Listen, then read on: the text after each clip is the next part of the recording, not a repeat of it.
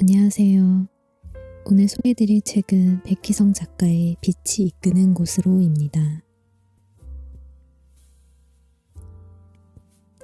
이 책은 밀리서재에서 보고 읽게 되었는데 작가분이 건축가라는 사실이 조금 흥미로웠습니다. 건축이라는 요소가 단순히 배경 설정에 그치는 것이 아니라 이야기의 핵심적인 부분으로 작용하고 있는데요. 읽다 보면 건축가라서 쓸 수 있었던 이야기구나 하는 생각이 자연스럽게 들었습니다. 건물의 구조나 설계에 대한 설명이 세밀하게 그려져 있어서 마치 공간을 직접 둘러보는 듯한 느낌이 들더라고요.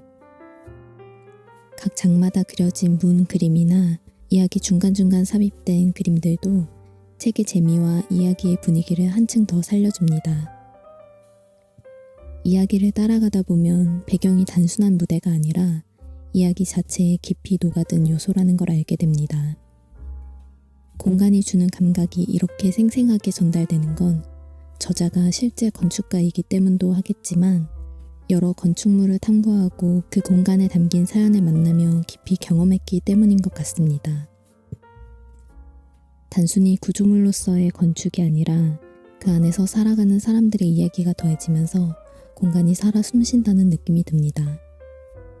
이 책을 읽고 난 후에 윤고은의 EBS 북카페에 백희성 작가님이 나오셔서 방송을 너무 잘 들었는데 굉장히 감명 깊은 말씀을 많이 하시더라고요. 작가님이 직접 파리의 오래된 집들을 조사하고 그 공간에 얽힌 이야기를 들었다고 해요.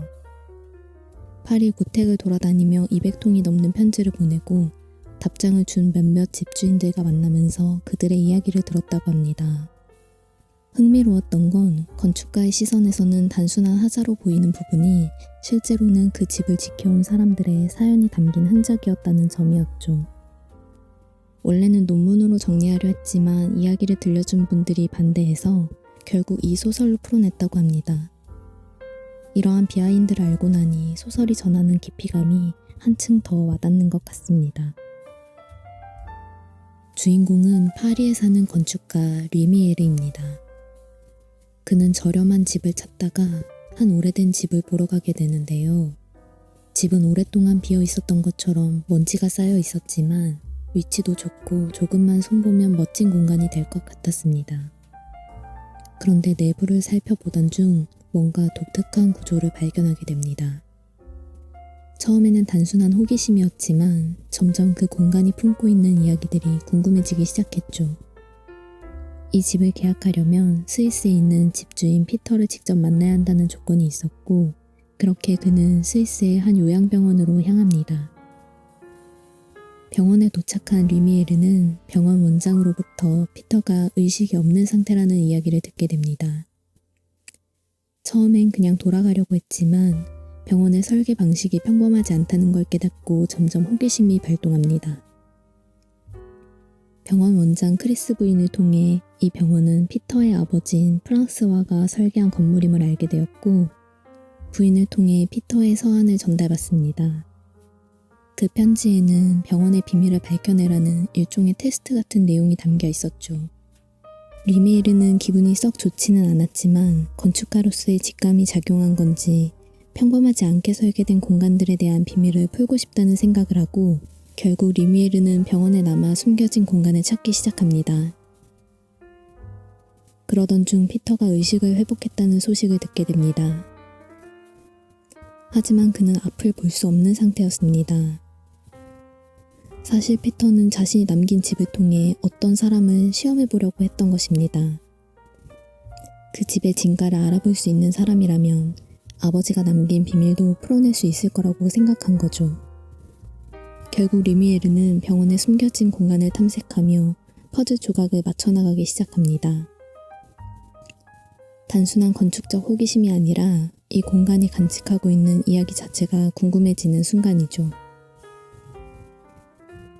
그 과정에서 류미에르는 프랑스와의 일기를 발견하게 됩니다.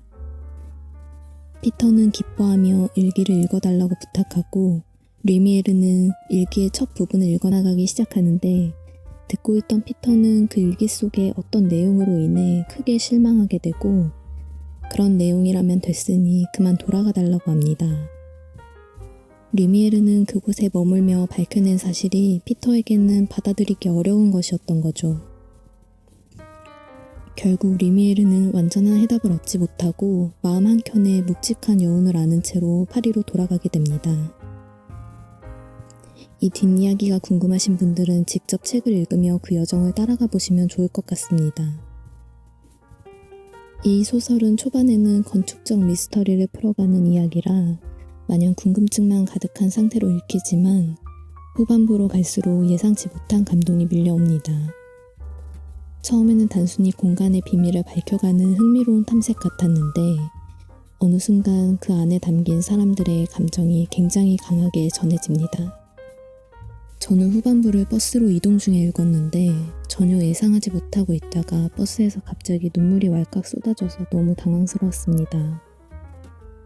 이야기의 전개도 좋았지만 감정을 몰입하게 만드는 힘이 있는 작품이었습니다.